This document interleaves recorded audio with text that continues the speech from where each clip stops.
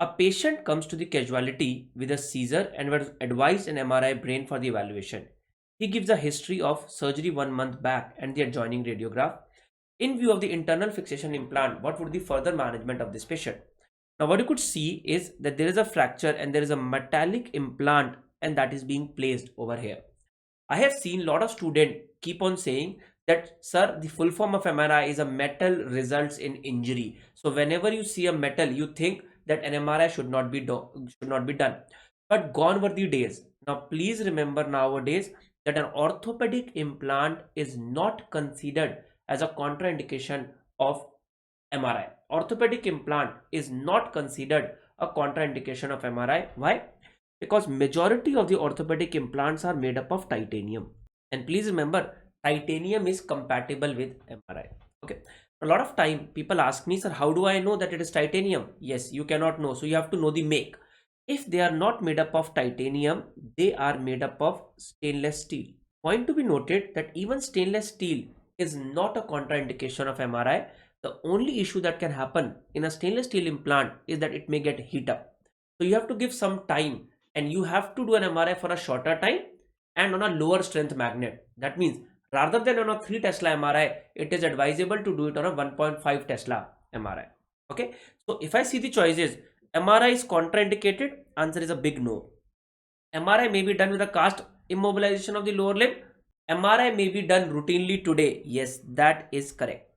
So please remember, orthopedic implant is nowadays not considered as a contraindication of MRI. You can easily perform an MRI in a patient who has an orthopedic implant. Okay. Another important point is about pacemakers. Now please remember, routinely if a patient has a cardiac pacemaker, MRI is not advised. Okay. So for an MCQ point of view, please remember a routine MRI is not advised in a patient who has a cardiac pacemaker. However, in the today's scenario where the technology is changing, nowadays we have MRI compatible pacemakers also. I personally in my radiology practice has performed an MRI in a lot of patients who have got a cardiac pacemaker. But again, we have to do the MRI on a lower strength magnet. That means rather than a 3 Tesla on a 1.5 Tesla MR, and you have to check the device. There are few pacemakers which are MRI compatible. There are few pacemakers which are MRI non-compatible. Okay. In general, if somebody asks me what are the important contraindications of MRI that I want all of you to remember, broadly you can remember it as a cardiac pacemaker. I have already told you. Hemostatic aneurysmal clips, cochlear implants, metallic cardiac valves, any magnetic device like spinal cord stimulator, deep brain stimulator, and any free lying ferromagnetic foreign body in the body. So please remember, you have to be very cautious if any of them is there. But as I already told you that nowadays because of the technology, there are also some ifs and buts over here. Okay.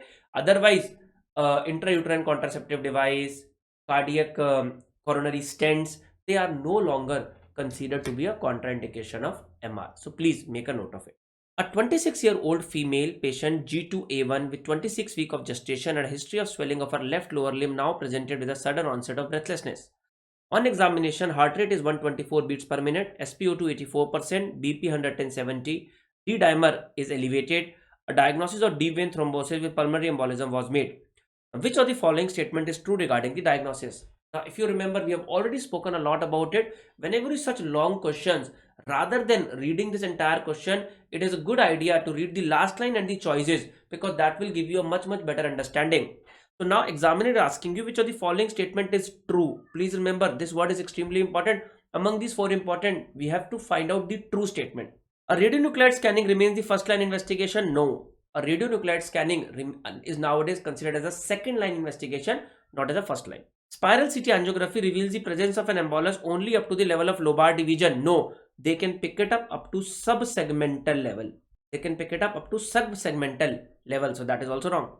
A normal radionuclide scan exclude the presence of an embolus. Yes, that is true.